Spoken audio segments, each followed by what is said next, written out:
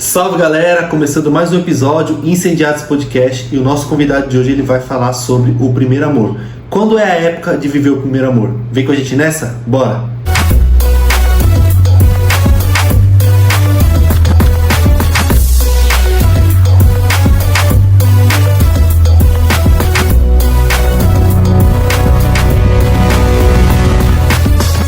É isso aí, meu povo, começamos Incendiados Podcast. Estamos aqui hoje com o nosso irmão Vinícius. Como é que você tá, irmão? Estou bem, graças a Deus. Obrigado pela oportunidade. Glória a Deus, de nada. A gente que agradece você estar aqui, né? Amém. Tudo na paz? Graças a Deus, tudo certinho. É isso tudo aí. na paz.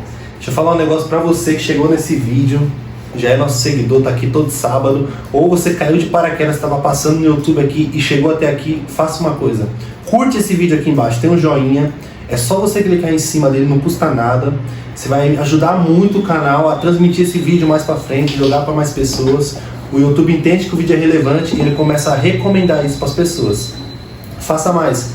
Comente aqui embaixo, curta, compartilha, manda pra família, porque esse vídeo aqui vai ser muito abençoador. Nós vamos conhecer hoje a história do que Jesus fez na vida do Vinícius. E bora lá, xará, né, Vinícius? Xará. Eu tava até comentando que vai ficar vindo pra lá, vindo pra cá.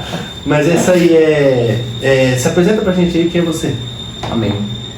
Bom, meu nome é Vinícius, tenho 32 anos, filho do Jonas de Castro, baiano e perpétua mineira. Não que a minha pessoa seja muito importante para conhecer, mas nasci aqui em São Paulo, sou casado com a Michele Silvério, uma maior bênção que Deus pôde proporcionar. Casar é bom, hein? Maravilhoso, recém-casado também. 2021 tivemos esse privilégio de Deus e estamos engatando aí nesse universo do casamento, que é uma bênção. Já tem filhos? Ainda não. Estamos. Logo, logo. Logo, se Deus quiser. Deus tem que Deus quer. Deus quer, sim. Logo, logo. Logo fui. E como que começou a sua história com Jesus, cara? Olha, graças a Deus eu tive o privilégio e a oportunidade de nascer no berço evangélico. Nasci numa Assembleia de Deus bem tradicional, que era um bairro que fica próximo ali na Joaniza, Zaira. Eu não lembro exatamente qual que era o ministério em si, mas era uma assembleia. Quando eu fiz 7 anos eu fui para a Universal dos Filhos de Deus. Sim. Que de lá eu fiquei dos 7 anos de idade até os 24 ou 25, que foi mais ou menos a época, não, até os 29 ou 30 foi quando eu conheci a Michele. Então foram 23 anos no mesmo ministério. E quando eu fui para lá, com 7, 8 anos, eu já me envolvi com música também. Então, Você toca algum instrumento? um pouquinho de bateria, um pouquinho de cada coisa. Um pouquinho de cada coisa. Acabando fazendo nada bom, né? Um pouquinho de Só que cada é um pra pra cá, né? nada. É difícil uma pessoa nessas igrejas mais tradicionais da Assembleia, Universal que você falou, não tocar alguma coisa, né? Porque é um ambiente assim que tipo impulsiona a fazer muitas coisas, sabe? Sim. Uma hora você tá tocando uma coisa, e outra hora você tá no som, aí você abre culto, você faz isso. Prega, canta. Então você acaba fazendo muitas coisas. Então, pela graça de Deus, Ele me deu essa oportunidade de poder estar ao lado também de pessoas muito boas que também deram esse incentivo para mim, né, no caso, para servir. E fiquei esse tempo todo, foram, se eu não me engano, 24 anos servindo nessa igreja, que foi um aprendizado muito grande, aprendi bastante coisa mesmo. Muito grande, né? 24 anos é a minha vida, né? Eu acabei de fazer 25, então é a minha vida todo dia na igreja. É isso mesmo. Em uma igreja, né? Fora a outra desde que nasceu. Exatamente. Já nasceu dando glória, né? Se a de Deus já é assim. Já nasci dando glória. Então, eu me sinto de verdade muito privilegiado mesmo, sabe? Porque o fato de não ter, embora um período da minha vida também me afastando, a gente vai falar disso daqui a pouco, mas você já nascer no berço evangélico, já nascer na igreja, você está menos exposto a coisas ruins, sabe? Deus te priva de passar por muitas coisas ruins, então é menos problema que você poderia passar, são marcas que você poderia viver, e você passar esse tempo na igreja, para mim, de verdade, é um privilégio maravilhoso. E é bom poder enxergar isso, né? Porque, igual, eu não sei se você se desviou na adolescência, né? Eu não sei qual idade que foi. Mas geralmente a gente acha, Deus está nos guardando hoje. A gente tem essa noção, não, Deus me priva de muita coisa ruim que poderia acontecer comigo. Mas às vezes o nosso pensamento é o contrário, né? Eu nasci na igreja, eu estou me privando de viver coisas maravilhosas lá fora. E essa confusão na mente, eu acho que acontece com quase todos, se não todas, com todas as pessoas que nasceram dentro da igreja, né? Porque existe um momento que você realmente entende o que é seguir a Jesus, e isso não acontece logo quando você nasce, né? Você vai aprendendo ali, Deus vai falando com você, e chega um momento que você fala, realmente, agora eu entendi quem é Jesus, eu quero seguir Ele. Porque o desafio que nós temos para quem nasce na igreja é justamente esse fato que você não conhecer, né? Então, são muitos anos da sua vida fazendo sempre as mesmas coisas, você vai pro culto no domingo e acaba entrando na rotina. Sim. E acaba virando tudo muito automático, e dependendo das experiências que você tem, das pessoas que você anda ou que não professam a mesma fé, começa a de repente gerar curiosidade, poxa, como que é uma balada, né? Como que é isso, como que é aquilo, bebida. Eu nunca, apesar de que eu nunca tive uma inclinação para essas coisas, graças a Deus, mas pra gente que nasce na igreja e passa a vida inteira sempre fazendo as mesmas coisas, então começa a gerar essas coisas, né? Poxa, será que é bom? Será que é bom? Como será que é lá do outro lado? E esse é o problema que eu vejo. A partir do momento que começa a gerar curiosidade, sabe? A mesma coisa da Eva, quando a Eva estava lá no jardim. Eu acho que um dos grandes problemas foi essa questão de curiosidade. Poxa, come do fruto, porque no dia que você comer, você morrerá, ou você será igual a Deus e tudo mais. Então, sabe essa curiosidade? Pô, será que é bom? O que será que acontece se eu fizer? Parece que a oferta gera curiosidade, né? Exatamente. Quando alguém começa a te oferecer, te mostrar isso, começa a gerar dentro de você uma curiosidade, né? Exatamente. Em 2015, se eu não me engano, enfim, eu tinha por volta de 24, 25 anos quando eu saí da igreja, né? E foi muito doido porque não foi uma decepção de pastores, não foi uma decepção com o ministério. Eu literalmente, cara, eu falei, mano, não quero mais. Não quero mais. É aquele negócio, você fazendo sempre as mesmas coisas, de forma bem rotineira, vai pra igreja no domingo, aí tem ensaio às 11, aí à noite tem culto, aí você vai à quarta-feira. E por isso se torna uma rotina, e por se tornar automático, você começa a não fazer mais de forma intencional. Então fica essa rotina, e você liga no automático, literalmente. É um corpo andando e você só tá ali dentro, você vira um passageiro, um passageiro do seu corpo. E foi isso que aconteceu em 2000, eu tive por volta de 25 anos, 2015, 2016, eu não lembro exatamente, foi quando eu saí da igreja que eu fiquei literalmente um ano. E assim, agora que você tá fora, há uma falsa sensação de liberdade.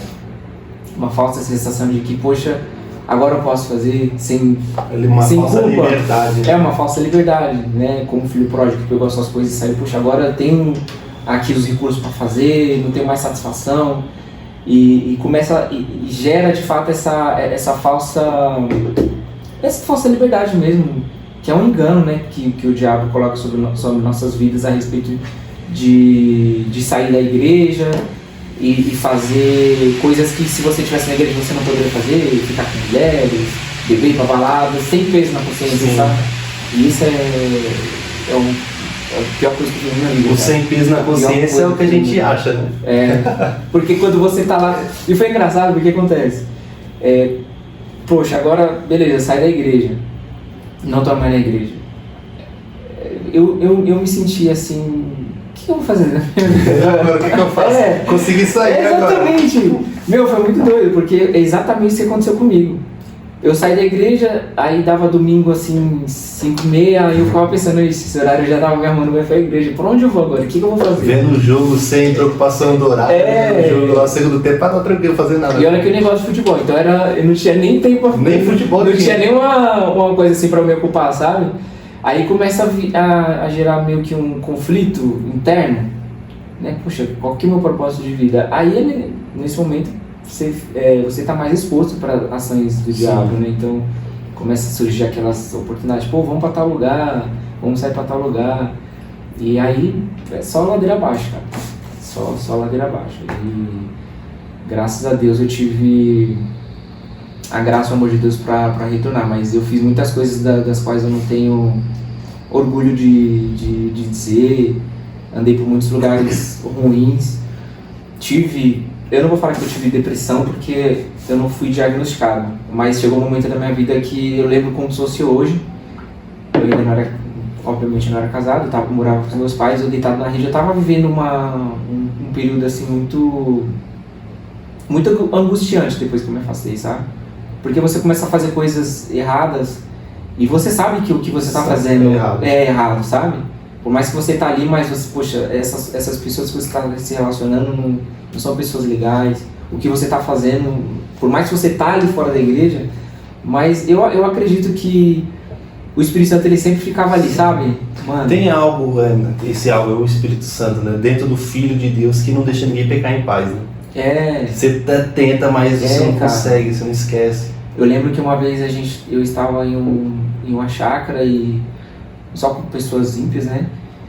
E o pessoal bebendo ali, e eu falei, eu vou beber também porque eu quero saber como que é esse negócio de bebida e tal. E eu lembro que o pessoal eles fizeram algumas rodas e começaram a beber. E uma pessoa olhou pra mim e me viu bebendo e falou, a pessoa tava bêbada, cara. Ela tava bem alterada, assim, visivelmente.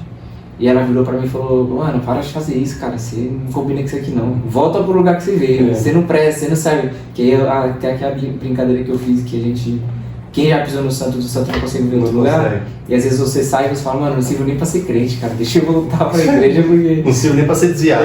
Não sirvo nem pra ser desviado, desculpa, não sirvo nem pra ser desviado. Então deixa eu voltar porque não dá. E essa pessoa falou pra mim, mano, volta pro lugar que você veio, porque você não serve pra isso aqui não. Então assim, são várias experiências, várias coisas que,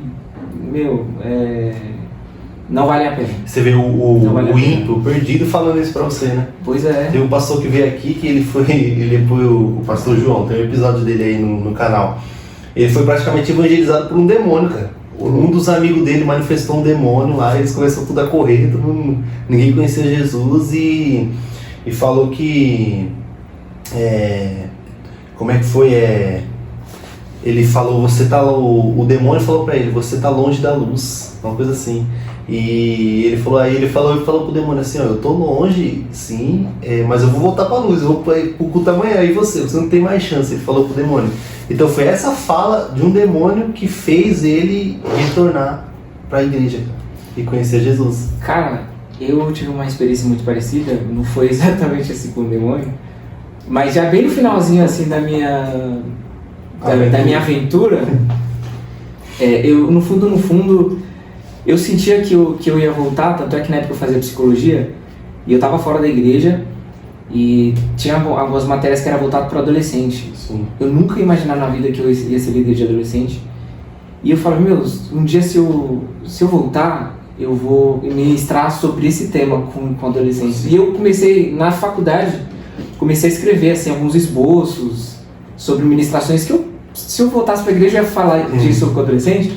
E quando eu estava bem nesse finalzinho dessa minha aventura, eu estava na faculdade com um amigo, um colega, ele estava bebendo cerveja pra caramba.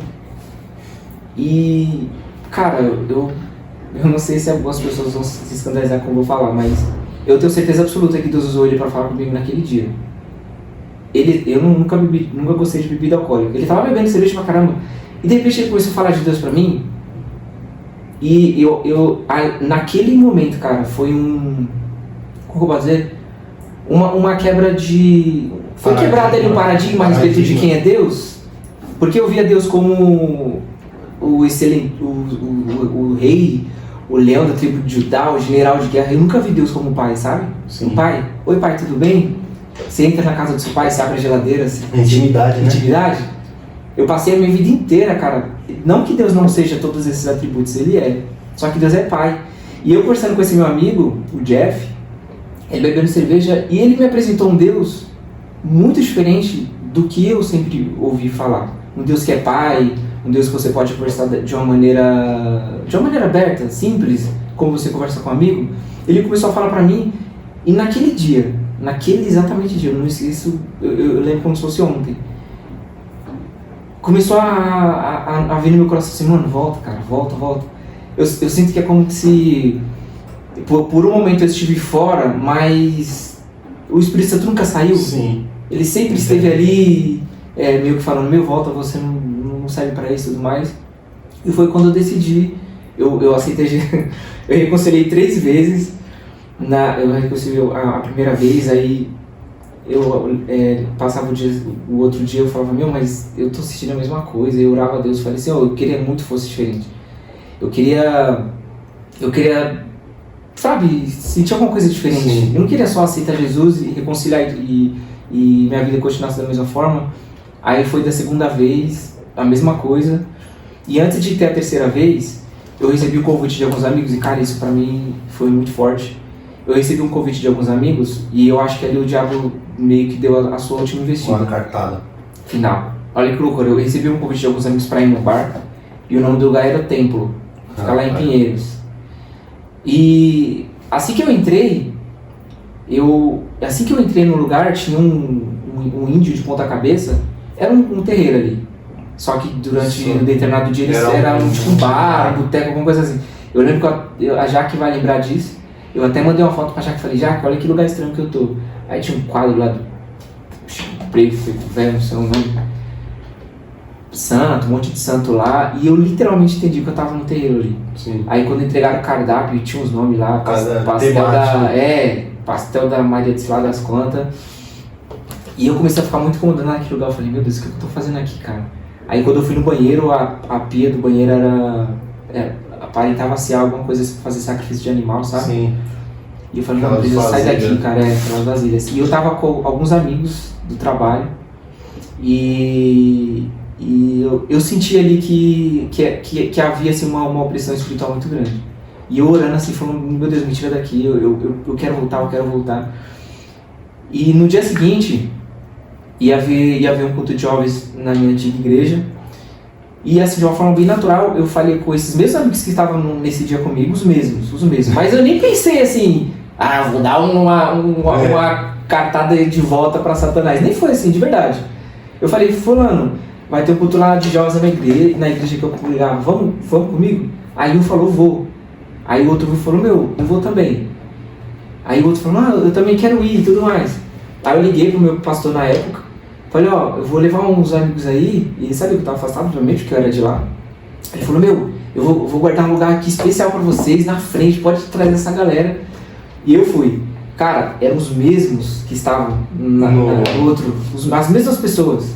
Só que agora, nesse novo contexto, elas estavam na igreja. E foi a igreja que eu reconciliei. E eu lembro que o William Ribeiro, não sei se vocês conhecem, da Assembleia. O William Ribeiro foi o que veio aqui, né? Já gravou um episódio com o William Ribeiro. É? Pastor já. Não sei se é meu Ribeiro, mas eu não sei se mas deve ser, né? Eu lembro que ele olhou pra mim, cara. E assim, eu tava com os meus amigos. E ele olhou pra mim e falou assim. Ele estava na administração, ele apontou pra mim e falou assim, cara, eu não vou fazer o convite pra você reconciliar. O meu pedido aqui, cara, é pra que aquele mesmo menino que eu vi aqui tocando bateria com aquele entusiasmo, eu não vou falar pra você reconciliar, mas eu só quero chamar você pra viver uma nova experiência com Deus. E assim, ele começou a falar coisas que eu havia orado, que eu falei, Senhor, eu quero que a glória da segunda casa seja melhor que a primeira, eu quero viver coisas extraordinárias. Ele falou exatamente o que eu orei. Aí eu tomei ousadia assim, muito grande do Espírito Santo, eu fui até ele, aí ele abaixou pra me ouvir, eu falei, eu quero voltar pra Cristo, mas eu não sei mais o que fazer. Eu não sei o que eu tenho que fazer assim pra de fato atravessar, sabe, e viver. Aí ele fez uma oração poderosa lá com a igreja, alguns amigos que estavam naquele ambiente aceitaram a Jesus naquele dia. 3 pessoas aceitaram a Jesus. E cara, de lá pra cá... Outra vida. Outra vida. Depois que eu casei então, parece que é como se Deus colocasse um tubo assim, injetasse assim uma força. E eu tenho vivido assim coisas extraordinárias. De lá pra cá, nunca mais fui a mesma pessoa, cara. Nunca mais. Isso é a conversão, né, cara? Essa é a transformação de vida, né? Que Jesus, né? A gente consegue ver claramente 2 vidas, né? Uma com Jesus e uma sem, né? O que uma pessoa começa a se transformar sem Jesus e com Jesus, os locais que ela frequenta, a fé que ela tem, e a gente vê o mundo espiritual em volta de tudo isso, né? Nossa. Igual você vai vendo que qualquer um que tem uma visãozinha a mais assim, espiritual, ele consegue ver as investidas de Satanás em cada ponto. Detalhes. Ele vai intensificando isso e até a pessoa está completamente laçada por ele ali, né? E é esse sentimento de falsa liberdade, na verdade, né? Porque parece que quando a gente sai da igreja, agora sim eu posso ser livre e tudo mais, só que você se encontra escravizado pelo pecado e outras coisas que é pesado. E Jesus fala, né? Quando você vai se libertar, quando o Filho te libertar. Quando Cristo te libertar, realmente você será livre.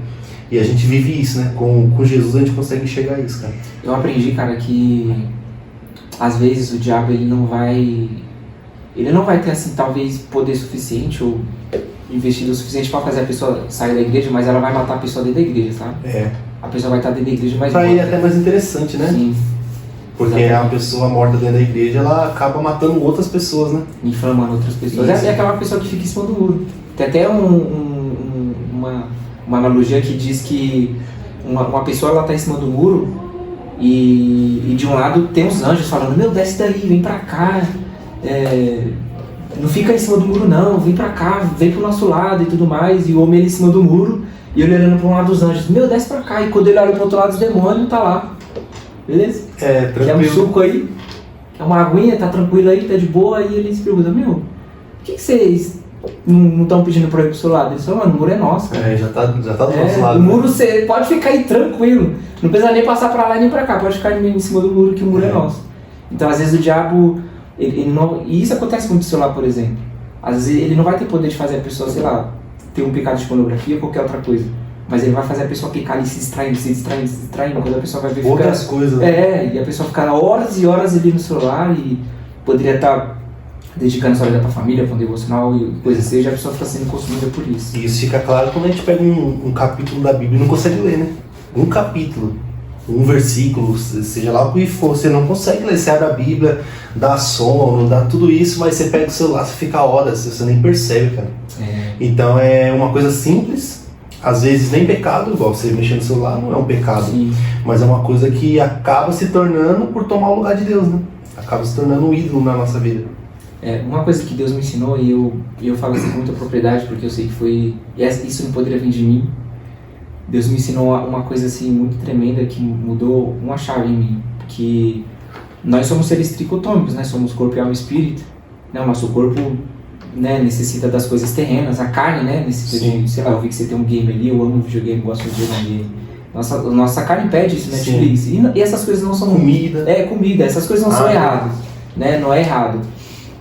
E o nosso espírito, como diz a palavra, né, o espírito está pronto, mas a carne é fraca. Sim. Mas não é o espírito que está pronto para...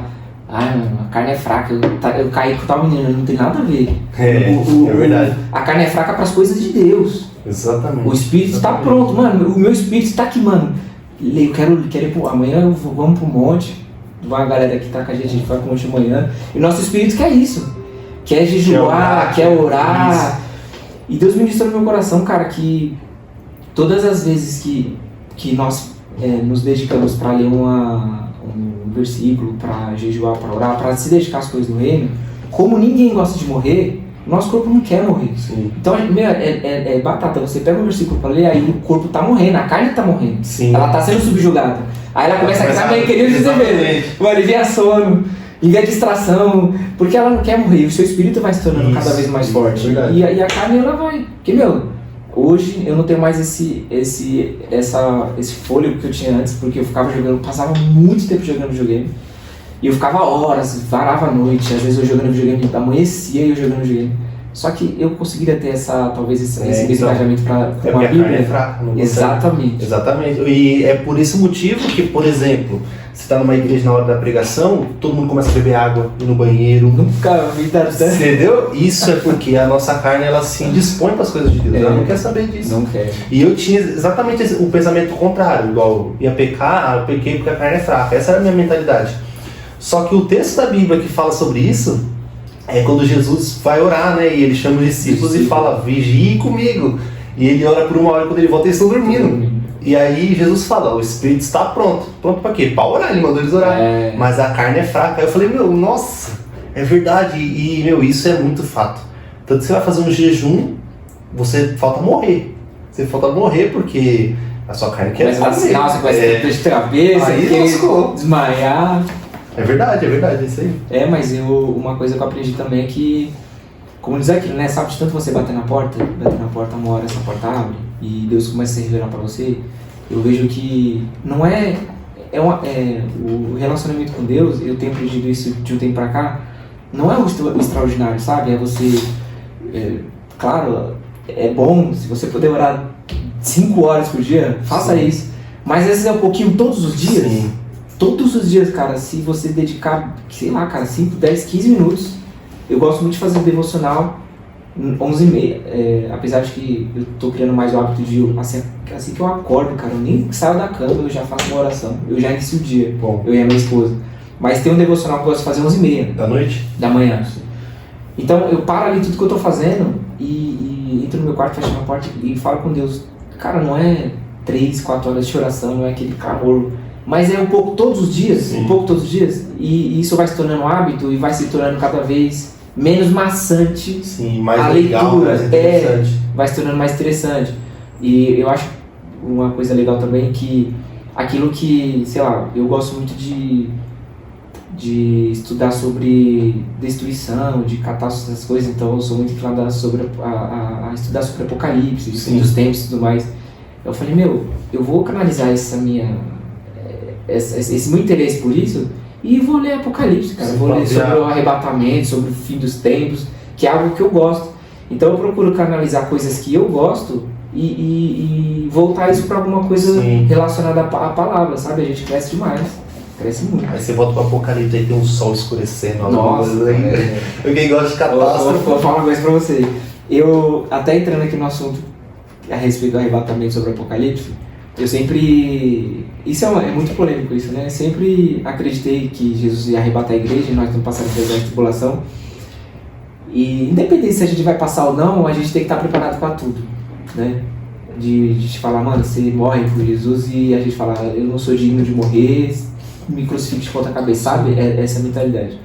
Mas não tem um dia sequer, cara, que eu não abro os meus olhos assim, agradeço a Deus pela vida, e não tem um dia sequer que eu não penso no céu, sabe? Sim. Naquele dia, aquele grande dia, cara, é muito real, né? Do Apocalipse, quando começa a falar da cidade. Porque é aquilo, né?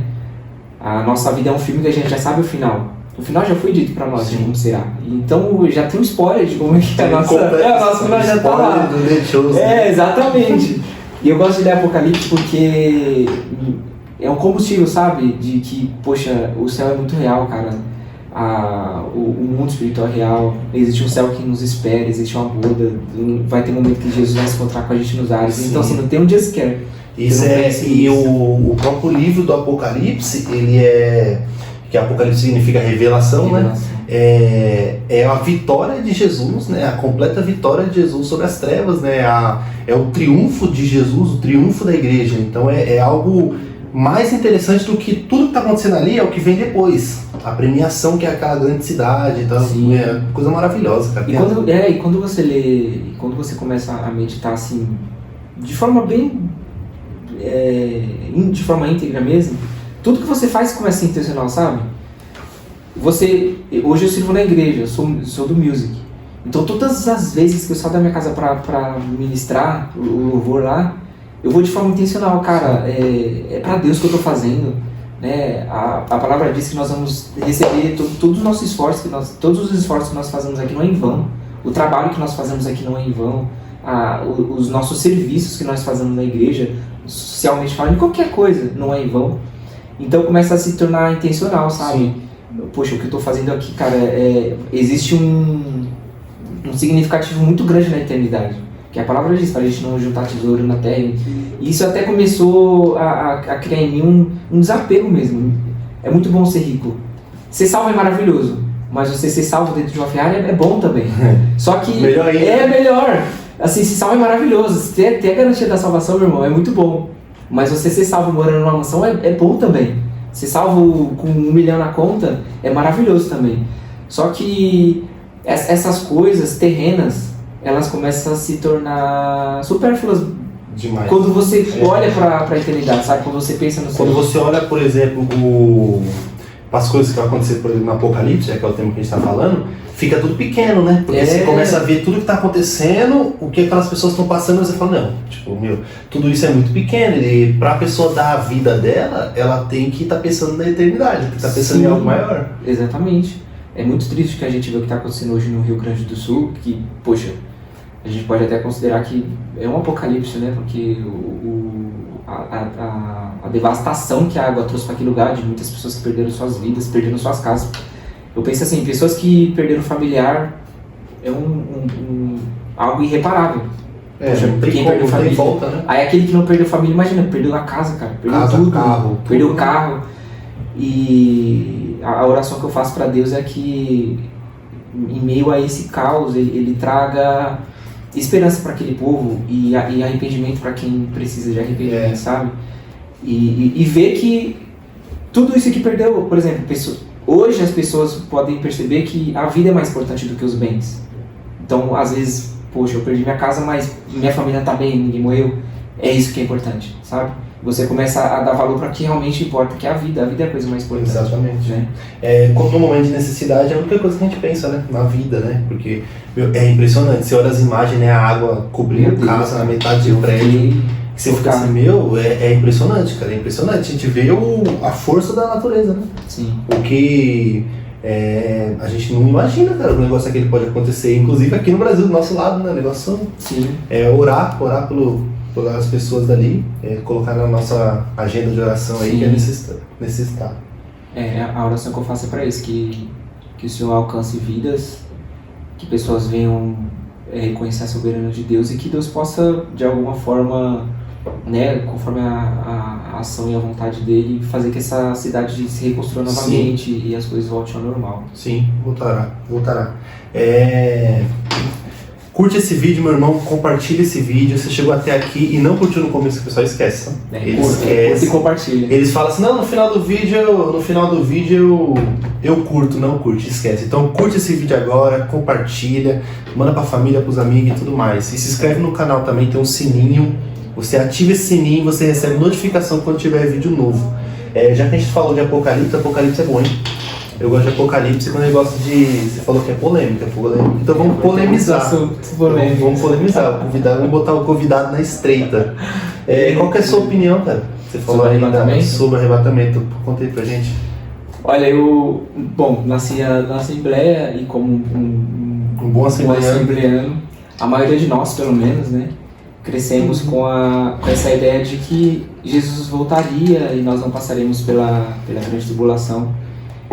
Como eu falei, independente do que aconteça, a gente precisa estar preparado para tudo. Mas quando eu olho para a Bíblia, eu vejo que todas as pessoas que passaram por situações muito difíceis, elas não foram tiradas, elas passaram no deserto, né? Só que em todas elas, Deus estava com eles. Deus estava com eles. E eu cresci, né? Que é o pensamento de que Jesus arrebata a igreja, alguns falam que é de forma secreta, mas enfim, Jesus arrebata a igreja e vê a grande tribulação. Hoje, pelo pouquinho de estudo mais que eu venho feito, eu entendo que nós vamos passar pela grande tribulação, porque a própria palavra fala, né, que quando você vê a iniquidade, quando você vê o filho da perdição, que ele retrata que seria o anticristo, que então, de certa forma, nós vamos estar aqui para ver, né? E tem passagens que falam que na hora da tribulação, Deus ele vai resgatar as pessoas na hora, não da hora da tribulação. Apocalipse 3:10. Ele não fala que vai tirar da hora, na hora da tribulação. Vos guardará da hora, exatamente, isso aí. Então, assim, é um pensamento... Não é nem tribulação, é tentação. Da tentação. Pensar que Jesus vai voltar antes e nós não passaremos pela grande tribulação, cara, isso seria muito bom. Maravilhoso, né? Seria maravilhoso. Seria maravilhoso.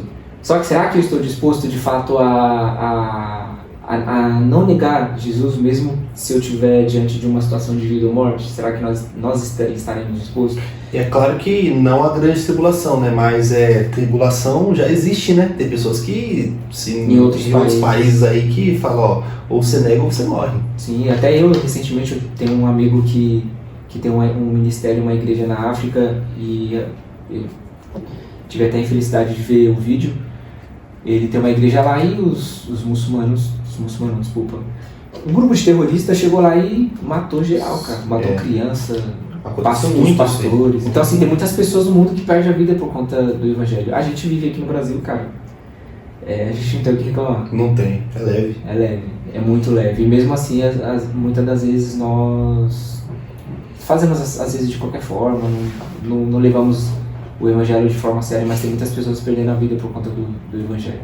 sendo mártires, né? Muito, esse é o nosso chamado, na verdade, né?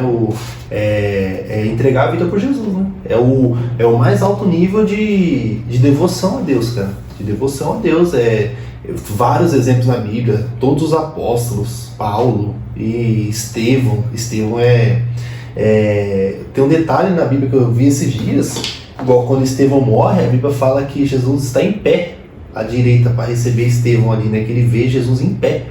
E a gente sempre vê Jesus sentado, né? Sentado à direita, e naquele momento, para receber o primeiro mártir da igreja, né? Ali, no começo, Jesus está em pé.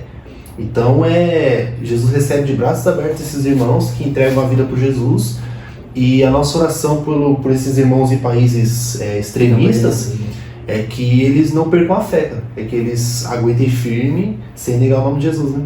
Porque a nossa história começa depois que a gente morre. É lá que começa. Então pensar no arrebatamento nessa ótica, dependente se passaremos ou não pela grande tribulação, a gente precisa estar preparado, cara. A gente vive dias maus. Para quem tem, como você comentou, um pingo assim de consciência espiritual, a gente sabe que a gente está vivendo dias maus. A gente sabe que a gente está vivendo... Não tá legal. Você percebe. É aquilo, quando você começa a ler a Bíblia, você começa a criar uma certa sensibilidade. Sabe quando você fala, mano, não tá legal, né? E você vê as coisas acontecendo e ao mesmo tempo que causa assim um certo medo no sentido de temor. Ao mesmo tempo você é confortado pela palavra de que você não deve ter medo, que todas essas coisas deveriam acontecer. Sim. De que a nossa esperança tá no depois, sabe? A morte, ela não é nada comparada ao que Deus preparou. Ao que vem depois, né? Nossa, ao que vem depois. Não é nada comparado. E é só essa mentalidade que é capaz de fazer a gente suportar tais coisas. Só isso, porque se sua mentalidade estiver aqui nessa terra, você troca. Você vai, eu prefiro essa terra para ficar vivo. Eu vi uma coisa assim muito extraordinária a respeito disso, porque a gente fica pensando muito, poxa, a gente vai passar pela grande tribulação, não vai? Fica toda essa... Eu acho que independente se a gente passar de fato pela grande tribulação e chegar lá, como eu era criança que eu escutava, você nega Jesus, aí vinha um cara, quando eu era criança eu ficava escutando as histórias na rádio, né? Que tinha umas histórias lá do arrebatamento, você nega Jesus não, arranca o dedo e tudo mais. A mesma força que os apóstolos tiveram de serem mártires dos cristãos que foram lançados lá para os leões, a mesma força que eles tiveram de não negar, não era nada deles. Sim, você percebe? Nunca foi. Não é nada nosso. É. Então se chegar no momento, cara, de eu estiver de frente à morte ali, de uma arma que seja, e eu negar, não vai ser por mim, porque se fosse por mim eu ia negar. Eu tiro o sangue e eu desmaio, cara. Se eu ver agulha, eu fui tomar vacina a Buvaritz aqui. Você não desmaiou não, né? Eu desmaiei, cara. Eu tenho medo de agulha.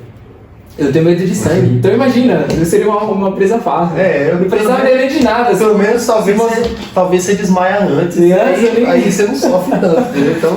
Mas assim, eu sei que se eu tiver de passar por isso, cara, um dia, Sim. de eu ser exposto a isso, não vai ser o Vinícius que vai dizer não, de não negar. O Espírito Santo vai dar força. O Espírito Santo. Então não é nada sobre nós, cara. Exatamente. Porque quem, cara, em sã consciência vai ser comido por leões e vão pra cima. E comemorar. Exatamente. Entendeu? Não é nada sobre nós, é a ação do Espírito Santo. Exatamente. Então é o que menos me preocupa. Ele que capacitou a gente e continua capacitando, né? A gente vê vários homens na história da igreja que deram a vida pela palavra, queimadas vivas. Você assiste os filmes aí, o pessoal iluminava as ruas com os cristãos pegando fogo nas tochas. Os cristãos, né? Os cristãos pegando fogo na bomba, Nero, lá no Coliseu, lá e tudo mais. É pesadíssimo. Então, quanto mais matava, mais crescia a igreja. Porque o poder de Jesus é maior do que todas essas coisas. Então não é nada sobre nós, você Nunca percebe? foi. Nunca é nada sobre nós. Então é o que menos me preocupa, cara. Se tiver de morrer, se tiver da minha vida por essa palavra, eu dou. E o pensamento que a igreja vai ser arrebatada antes da grande tribulação, numa parte a pessoa tem que se preparar ainda mais, porque se ela não se preparar, ela não sobe, não é assim que funciona? Então, eu acho que, pensando em tudo isso, escatologia, o fim dos tempos, tem muitas opiniões, tem muitos lados, Sim. mas entender que é um senhor, né? É um senhor e não tem problema nenhum você ter irmãos que pensam diferente de Sim. você. Como hoje eu não sou convidado, eu não vou falar minha opinião, entendeu? Depois eu venho. Depois a gente fala. Como diz, tem um livro do. Se eu não me engano, Calvino falou tem um livro sobre ele que no final Calvino diz assim: eu tenho um ponto de vista diferente dos meus irmãos, Armínio, só que no final aponta para Cristo. Sim. Então, independente das opiniões, de quem é pré-tribulacionista, de quem é pós, de quem é Meso. o final aponta para Cristo. O final aponta para Cristo. Que as discussões, eu gosto muito de ver discussões. Cara, eu sou nada assim para me posicionar sobre isso, que eu sou muito um bebê ainda, eu preciso estudar muito. Mas eu gosto de ver muitas. Eu tive irmãos que pensam diferente para aprender. Escutar os dois lados, né? Só que é isso, são pessoas que pensam diferente, mas no final aponta para Cristo. Exatamente. A visão tem que ser Cristo. E a edificação precisa Inclusive, apontar para Cristo, vamos estar né? juntos com esses irmãos onde quer que nós estejamos que passar, né? Exatamente. Porque são nossos irmãos e vão estar conosco, vão morar no mesmo céu que a gente. Eu quero chegar lá e de repente, apesar de que não tem uma bandeira assim, não, você tá errado, mas eu quero chegar lá e falar, irmão, você falava que a gente ia passar e passando. Então, mas estamos aqui, ou ao contrário, você falou que a gente ia passar e passando pela minha tribulação e a gente venceu e tá aqui, olha que doideira. Então é isso. Seria bom, seria maravilhoso, né? Ser arrebatado antes da grande tribulação, né? Sim, com certeza. Aí não precisa nem discutir, né? Ainda bem que você estava certo, ainda bem que você estava certo, porque é pesado. Mas é isso, né? Tem a outra frase, os moráveis, né? No essencial, unidade, no não essencial, tolerância, mas em tudo, amor. Acho que é isso, mais ou menos assim. Mas essas coisas não essenciais, né? Porque não estamos falando de um ponto salvífico, né? De salvação, né? Então escutar o outro lado, igual você, o Vinícius aqui falou que ele veio numa igreja que tem uma doutrina e ela já vem ensinando isso desde sempre. Então você já nasce pré-tribulacionista. Se você fosse uma igreja presbiteriana, você já nasceria pós-tribulacionista. E às vezes você nunca estuda o outro lado. Você vai levando a sua vida daquele jeito e você nunca para realmente olhar para a Bíblia e ver o que o texto bíblico diz. Eu acho que a gente tem que ler a Bíblia e deixar a Bíblia falar. E não ao contrário, pegar a nossa mente e querer falar, fazer a Bíblia dizer aquilo que a gente já pensa. Então a escatologia é um tema desses, vale a pena você sentar aí e estudar, tem muita coisa para você olhar. Abre muita mente. Você vai ver Apocalipse, aí 70 semanas de Daniel, aí você vai juntando aí, você vai vendo que é muito curioso que os textos aí interligados, tem o texto de Apocalipse, não lembro qual que fala dos animais lá, do leopardo, do leão. Teve uma época que eu até desenhei, eu falei, mano, deixa eu ver como que é esse trem aqui. Mas é muito engraçado porque você imagina naquela época, ele tentando descrever o que ele viu sobre coisas do futuro. Cara, não dá pra saber exatamente. Ele entende. Nem o Daniel entendeu. Só que imagina você ter que escrever algo hoje de 2000 anos à frente que você nunca viu. Aí você ali no seu conhecimento tentar explicar. Escrever na visão, né? Na visão. E o Daniel, ele não entende na visão, né? Porque mas ele fala, eu não entendo, eu fiquei atormentado porque eu não entendi a visão. E aí a Bíblia fala que vem um anjo e explica para ele, os santos são que reinarão o reino para toda sempre. Então o próprio Daniel, ele pergunta, porque ele não estava entendendo o que estava acontecendo. E aí é um tema que merece bastante estudo. Merece. E é bom gastar um tempo para estudar sobre isso. É bom. Porque a glória, né, no final das coisas. Sim. É a vitória da igreja, né? É a vitória da igreja. E depois de tudo isso, tem muita coisa ainda. Depois da volta de Jesus ainda tem o milênio, que é 1000 anos. Aí depois de 1000 anos aí tem o julgamento. Aí depois vem a Nova Jerusalém, que é a eternidade. Então tem muita coisa para acontecer. A gente acha que Jesus volta e acabou, né? Acabou. Nossa, tem muita coisa. Entendeu? Jesus voltou hoje, acabou. Não, ainda tem muita coisa para acontecer ainda. E é isso aí. E depois, cara, depois que você voltou, você falou que liderou jogos aí fazendo um paralelo do que aconteceu lá na faculdade, olha só como Deus é bom. Eu já estava criando ali ministrações de coisas que eu nem sabia que ia acontecer, mas já existia um futuro para mim. E foi quando eu voltei cara, eu sou muito péssimo com data. Quando eu casei, eu fiz questão de gravar qual foi o mês, porque eu sou muito ruim de data. Né? Mas quando eu assumi os adolescentes, que hoje já não são mais adolescentes, né? Foi um período muito interessante, porque eu tinha autonomia para falar sobre certas coisas, Sim. sabe? Eu tinha autoridade para falar sobre certas coisas, porque Deus ele pode capacitar pessoas que nunca fumaram maconha para ministrar para uma pessoa que fuma maconha, mesmo sem ele ter feito. Sim. Deus ele pode capacitar para isso. Mas quando você passa por uma situação e você vai ministrar sobre a vida de outras pessoas, você tem mais segurança para falar. Sim, tem Então, contexto. adolescentes que chegavam em mim e falavam, meu, eu tô com problema com maconha e tudo mais. Aí você orienta aquela pessoa, meu, eu tô com problema com pornografia. E você ter autonomia e autoridade para falar sobre isso. Cara, eu venci isso, eu sei como que é. Então, foi uma época, pena que durou pouco, porque logo em seguida veio a pandemia. Tá, janeiro de 2020, em dezembro de 2019, se não me engano, ou foi em novembro de 2019, eu assumi a liderança dos adolescentes, que era minha irmã, Jaque, ela passou o bastão, se não me engano foi em novembro de 2019, aí entrou 2020 e veio a pandemia, não é isso? Em março de 2020 ou abril de 2020. Então eu liderei eles por esse curtinho período de tempo. Acho que foi... A pandemia foi em março, assim, que fecha as portas e ninguém pode sair pra rua. Acho que foi exatamente quando a gente começou a liderar também, não foi? Confirmei, foi. Foi em março? A gente começou a liderar jovens também em 2019. No finalzinho? No final. Então na mesma época. Aí depois veio a pandemia e tudo aquilo lá. Exatamente. E nesse período, mas quando eu penso no que nós vivemos, parece que foi muito tempo. Porque aconteceu tanta coisa, a gente estava se preparando para o nosso congresso, fizemos camiseta. E eu lembro que quando a gente entrou no período de pandemia, todos os dias a gente fazia live com os adolescentes. Foi uma experiência muito boa, assim. É uma turma, obviamente, muito diferente, porque é uma época da vida onde há muitas turbulências, conflitos de identidade, não sabe o que vai ser, problema com os pais, é uma fase, cara, muito turbulenta. Mas foi uma experiência muito boa porque eu voltei assim, sabe, você volta a outros lugares, quando você volta pra igreja. Parecia que eu tava vivendo ali o primeiro amor, uma pessoa que aceita Jesus. É exatamente, apto para liderar jovens. Então, eu não sei assim, o que é. Por nascer na igreja, eu não sei o que é ter uma vida inteira de iniquidade, e você aceitar Jesus e você viver esse primeiro amor, que eu conheço muitos irmãos, que aí você tá com aquele gás e tudo mais. E eu tava assim. E foi nesse período, então eu acho que foram 5 meses que eu liderei os meninos, os adolescentes. Foi uma época que eu aprendi bastante também a respeito de liderança e tudo mais. A gente fazia live por conta da pandemia, que a gente não podia ir pra igreja, foi um momento muito difícil também.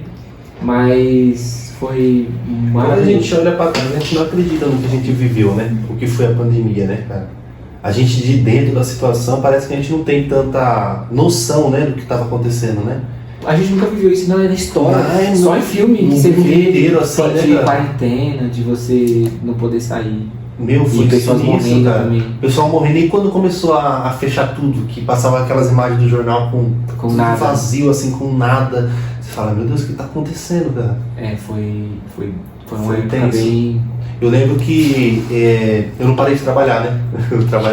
A gente trabalhava com as portas fechadas lá. E no começo a gente não sabia direito o que era o Covid, não sabia como se proteger, a gente não sabia nada. A gente não sabia o nível de preocupação que tinha que ter, não sabia nada. Então quando começou a fechar as lojas e tudo mais, eu continuei a trabalhar.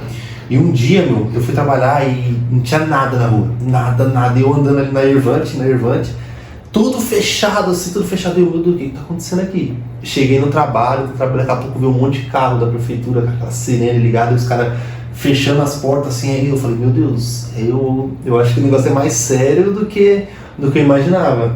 E a minha igreja, por exemplo, testemunho próprio, a gente viveu um milagre na pandemia, cara, que a nossa igreja cresceu, ganhou membros com os cultos online.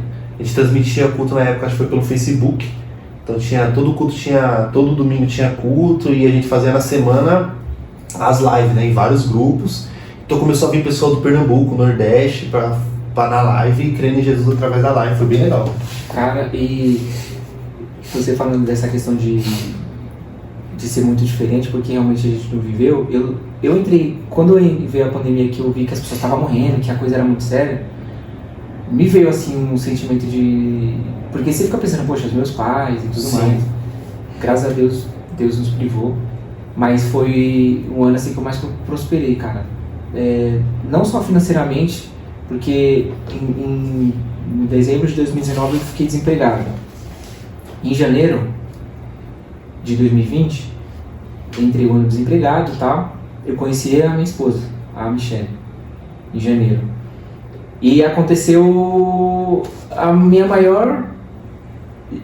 o que eu mais almejava na minha vida aconteceu nesse ano, muitas coisas. Então eu abri uma empresa nesse ano, conheci a Michelle, que foi a melhor coisa que me aconteceu na vida, depois de Jesus. Depois de Jesus. E em junho a gente noivou. E nesse mesmo período, então assim, eu conheci ela em janeiro de 2020, em junho a gente noivou, e eu desempregado. Aliás, estava com uma loja que você só vivia para pagar o aluguel. Estava vivendo um momento assim financeiramente um pouco complicado. A prosperidade que eu falo é em outro sentido. E a gente noivou em junho. E quando a gente noivou, a gente começou a correr atrás de coisas do casamento. Cara, eu nunca vi assim um milagre tão inexplicável como nessa época. Pandemia, eu estava com uma loja que não estava rendendo nada. A Michelle estava iniciando também no negócio dela, que ela tem um estúdio de micro.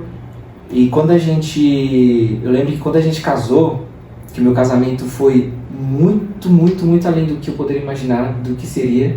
E eu não sei como que a gente conseguiu pagar tudo aquilo, de verdade. Que Deus gosta de casamento, né? Deus gosta. Deus gosta de casamento, Ele abençoa. E por isso que nosso casamento a gente falou, vai ter que ter uma placona lá de Jesus, lá, bem religioso mesmo, que era uma placona enorme lá, bem grande, com monte de luz, falar, foi Ele que deu. Porque, cara, não sei como que aconteceu, não sei, de verdade. A gente casou, e na verdade a gente casou em março de 2021, e por conta da pandemia a gente não pôde fazer o buffet, então casamos o cartório em 2021, em março, aí casamos a igreja e seguimos nossa vida. Só que em novembro foi a nossa festa mesmo, nosso buffet. E eu lembro que quando a primeira casa que a gente foi morar era uma casa muito pequena. De modo que era quase impossível nós dois ficar na cozinha. Ela tinha que sentar pra comer, aí eu tinha que ficar do lado de fora esperando. Revezamento. E eu ficava pensando, e olha só como Deus, ele gosta que a gente dê nome pras coisas. Não é só Senhor, abençoa, mas aí Deus fala, o que Ele é detalhista, né? Você quer carro? Qual carro você quer? Você quer uma casa como Peugeot você 206. quer? É o Peugeot 206, filho, então tá bom. Esse mesmo que eu quero. É isso. E eu lembro que quando a gente entrou nessa casa, que era muito pequenina, ficava perto da RDP, ficava na RDP, perto da Levante ali. RDP, Rua dos Prédios. Rua dos Prédios, foi ali que a gente morou. Ali que a gente morou. E cara, a casa era muito pequenininha. E é uma coisa muito besta que eu vou falar aqui. Mas às vezes eu tava lavando louça e eu falava, eu queria tanto uma pia grande pra você pegar o rodinho e fazer assim, e limpar e colocar as coisas. Graças a Deus me deu um presente muito, muito bom. Que ela nunca reclamou, nunca foi essa esposa de vai arrumar um trabalho digno. E eu tinha uma loja de água, e eu entregava água, eu repor o galão, era só eu, era uma correria danada. E vendia, comprava, e nessa época ela que provia a casa. E pra mim, eu aprendi com meu pai, que meu pai falou pra meu filho, quando você casar, compra leite, compra pão, compra carne, não deixa faltar nada. Meu pai sempre falava isso pra mim. Ele me ensinou a ser provedor da casa. E na época eu tava iniciando um casamento, eu ficava muito mal. E eu falava, mano, eu tirei a menina da casa dos pais dela pra ela tá passando isso. A gente nunca passou fome, mas eu me sentia muito mal por não prover a casa. E a gente tá morando na casa, eu falava, Senhor, eu não sei como que vai ser, mas não foi isso que eu planejei. Não era assim que eu gostaria de iniciar, mas o Senhor tá no controle de tudo. E a gente viveu ali. E as coisas foram acontecendo aos poucos. Dali a gente foi para uma casa um pouquinho melhor, era uma casa compartilhada, mas era uma casa um pouquinho melhor. As coisas foram acontecendo e eu lembro que a gente foi ver uma casa, era 1.200 o aluguel. E pra mim era muito grande assim. Eu falei, eu falei pra ele, não sei se a gente vai conseguir pagar essa casa. Acabou que não deu certo. Resumindo a história, eu não sei nem quantas horas a gente tem. Hoje a gente mora, pra honra e glória do Senhor, hoje a gente mora numa casa, cara, boa demais. E se eu olho para aqueles 1.300 baseados, hoje a gente ainda não tem casa própria, a gente ainda mora de aluguel. Quando eu olho para aquela casa de 1.300 baseado no que a gente paga hoje, eu falo, cara, que era aquele valor, velho? E assim, tudo honra para Deus, sabe? Foi Deus que fez. E hoje eu tenho uma pia grande que eu faço. Passar o rodinho. E eu faço questão, eu cravo louça ali em casa. Lá em casa eu cravo louça. Aí eu já aprendi a vir. Nossa, a louça é minha criptonita. Eu lavo sob livre e espontânea pressão. Mas eu lavo, né? E hoje eu lavo louça, eu gosto de lavar louça. Eu sempre falava pra Deus, eu quero ter uma casa que tem churrasqueira, minha casa tem churrasqueira, a gente faz churrasco. Churrasco não faço questão de fazer, não. Eu faço. Como é que chama? Não faço questão de fazer, não, eu falei errado. Eu não tenho problema em fazer churrasco, não. Eu faço quantas vezes for preciso, não tem problema. Não, o churrasco eu faço pra esse. Entendeu? Não tem hora, não tem lugar, é churrasco. É qualquer hora. E é isso. E assim, a gente vem vivido dia de verdade. A gente vem vivendo dias após dia, milagre de Deus. Porque eu tava falando com o Caio, ele tava vendo essa live aqui, ele sabe. Que eu falei, Caio, quando você se posiciona, principalmente a respeito de família, cara, Deus ele fica doido pra querer abençoar, sabe? Pra querer dar. Então não se preocupa se não tem os recursos. Vai pra cima, vê um lugar que você gosta. Mano, mas tá muito caro, vai, cara. Família é coisa de Deus, né, cara? É, de Deus, mas é o que a gente casa. Então ele faz questão, de abençoar nos detalhes. Exatamente, nos detalhes. ele faz questão, cara. É buscar o reino de Deus, né? E a família também faz parte disso, é uma instituição divina, né? Então quando você busca colocar a sua vida em ordem, seguir aquilo que Deus falou, as bênçãos vêm, cara, as bênçãos vêm. E os problemas acontecem quando a gente quer substituir isso, né? Colocar as bênçãos atrás do reino de Deus, né? Ou na frente do reino de Deus, né? Querendo as coisas antes de obedecer ao Pai. Então, obedecer é melhor. Porque quando você obedece a Deus e você busca primeiro, de fato, assim, o reino de Deus mesmo, as bênçãos, elas te perseguem, elas correm atrás de você, entendeu? E é uma coisa que acontece naturalmente. Quando você se preocupa menos em, de novo, não estou fazendo apologia à pobreza, mas, poxa, vamos ter um carro bom, vamos ter uma casa boa, mas isso não pode ser o nosso trono, sabe? Eu li um livro, Pense em Riqueza, é um livro que muitas pessoas recomendam para quem é empreendedor, e eu sou uma pessoa muito crítica, né? É um livro muito legal, mas essa questão de você acordar pensando em se enriquecer, você pensar, passar o seu dia pensando, eu preciso ganhar forma de criar riquezas, você pode não perceber, mas isso começa a ocupar muito espaço do seu coração, sabe? Aí senão você vai deixando todo, né? Tem gente que esse é o único combustível da vida da pessoa, ganhar dinheiro. Tem gente que às vezes ganhou tanto que não consegue nem gastar mais e ele só quer ganhar. Pra quê? Pra comprar alguma coisa? Não, é pra eu olhar pra minha conta e ver aquilo ali. Entendeu? Jim Carrey falou uma frase que me chamou muita atenção, que ele falou assim, todas as pessoas deveriam ser ricas, famosas e ter muito dinheiro pra ver que isso não é tudo. Isso não é... Eu não consigo imaginar o Jim Carrey falando uma coisa séria, cara. Então, na hora que ele falou Jim Carrey, eu não consigo... Eu já lembro do Debbie Lloyd na hora, entendeu? Tipo, na hora que eu não consigo imaginar... Eu mesmo, Irene. Eu não consigo imaginar ele falando assim, sério, realmente. Ele falou isso, cara. Todas as pessoas deveriam ser ricas, famosas, pra elas verem que isso não é... Ele é um cara disso, não era ele que tinha um problema com depressão, ou coisa assim? Ele tá numa vibe assim, meio, tipo, assim, de desapego, tipo, fala, mano... Quando de metrô, perdi vaidade, sabe? Sim. Ele tá numa vibe assim. E é isso, de novo, ele é bom, meus irmãos ouvintes. Eu profetizo em nome de Jesus que vocês vão ser prósperos, que a empresa de vocês vão prosperar muito. Mas isso não pode ser o centro do nosso coração. Sim. Isso não pode ser a nossa felicidade. Se Deus me deu essa casa que eu tô morando hoje, se Deus permitiu eu estar morando nessa casa que eu tô morando hoje, amém. Mas se eu precisar voltar para a casa que eu morei lá no IDP, amém. Glória a Deus. Amém. Ele seja glorificado em todos esses aspectos, né? Todo tempo. Paulo fala isso, né? Paulo fala, eu sei viver com muito, quer viver com muito e com pouco. E eu sei o que é viver com pouco, e o que importa é a glória de Deus, cara. É sobre isso. Eu oro todos os dias, Senhor. E eu vou falar uma coisa aqui sem hipocrisia mesmo. Tanto é que a Boa até brincou, falou, vai lá. Eu até comentei com ela, falei, como que vai funcionar pra ele? Essa é ela e tal. Aí eu falei, vou lá no podcast. Ele falou, não, vai lá, não vai, brilha. Eu falei, não quero brilhar não. E eu vou falar uma coisa sem hipocrisia. Eu não tenho vontade de ser famoso, cara. Tipo, de verdade. Eu excluí meu Instagram. Não tenho vontade de...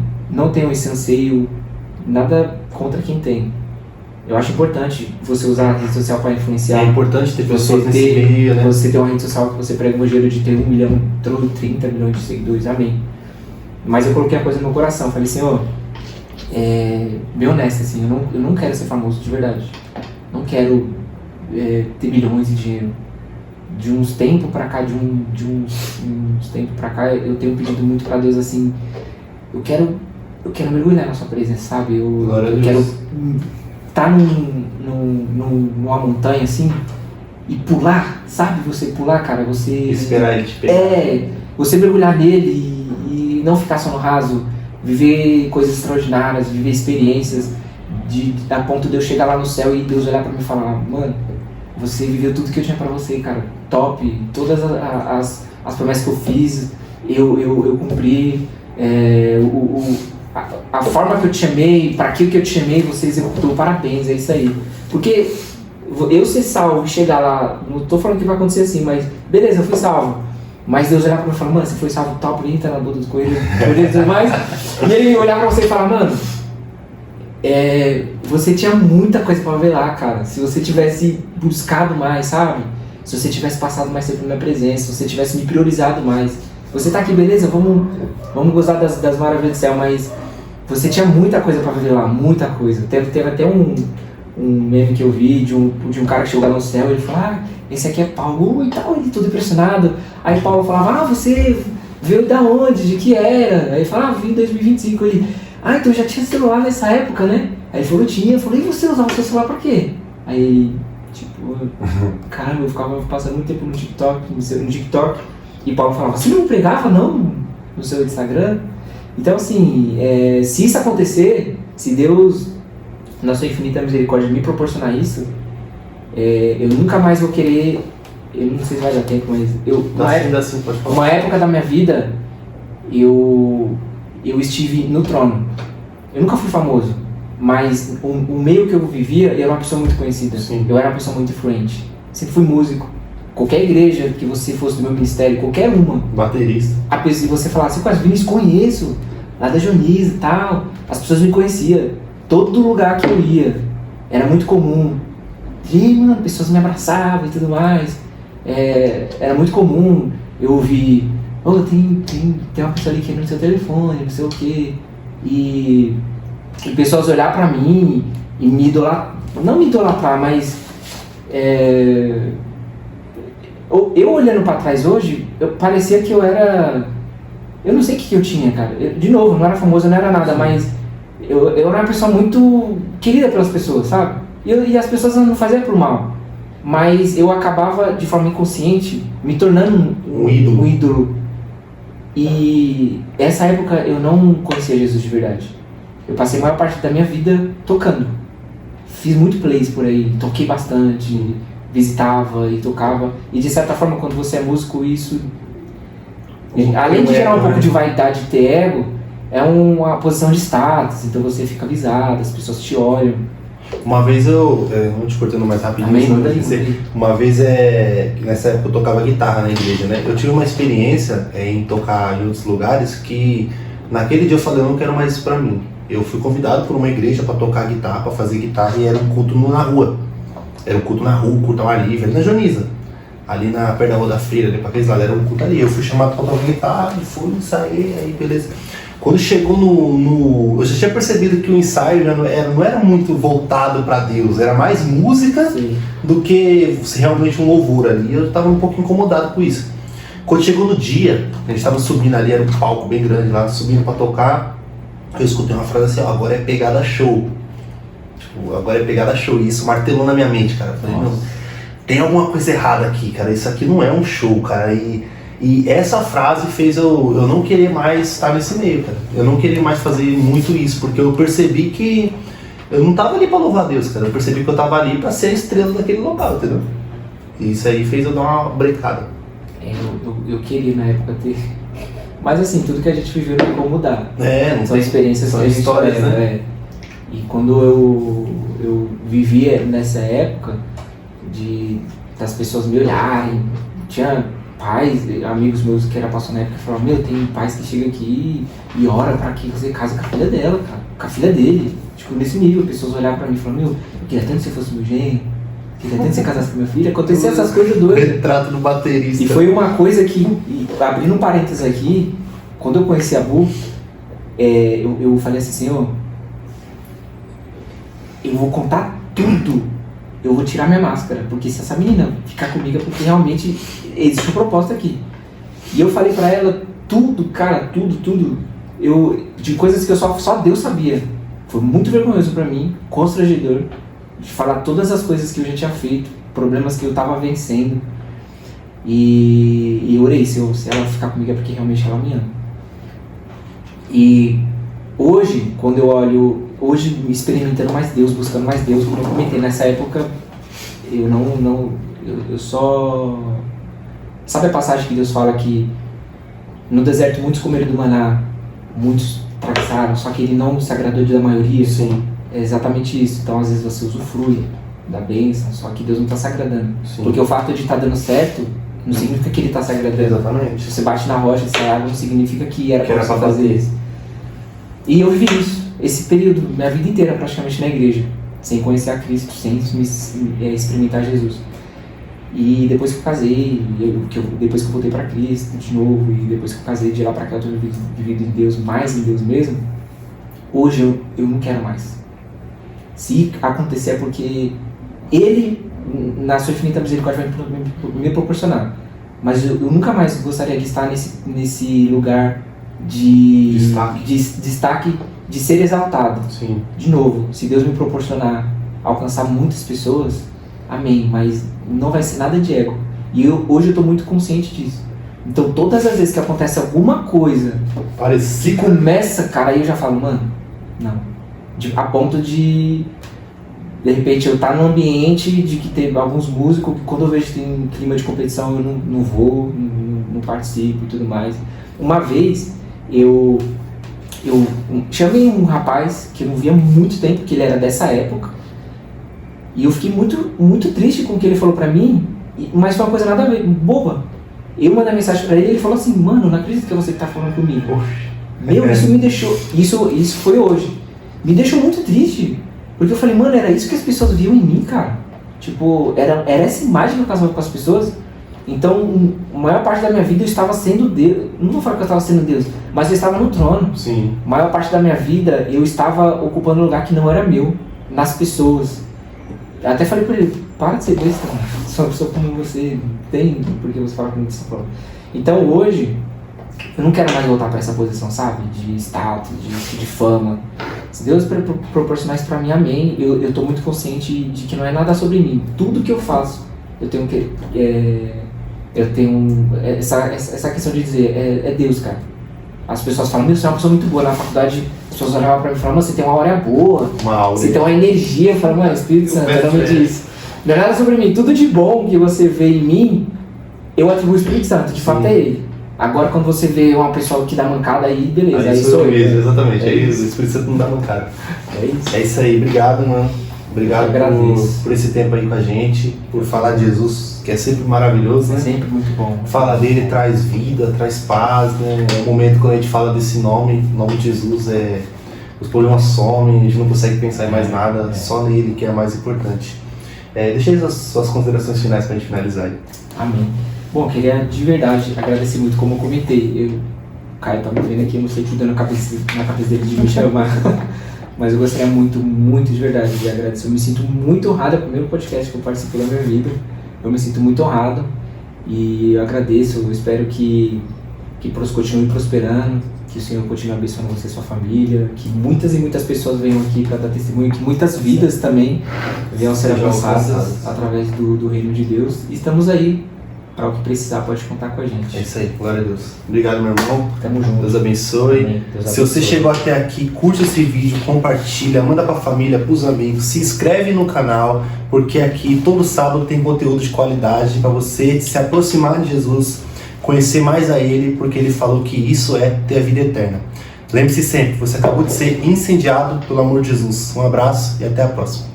Tchau.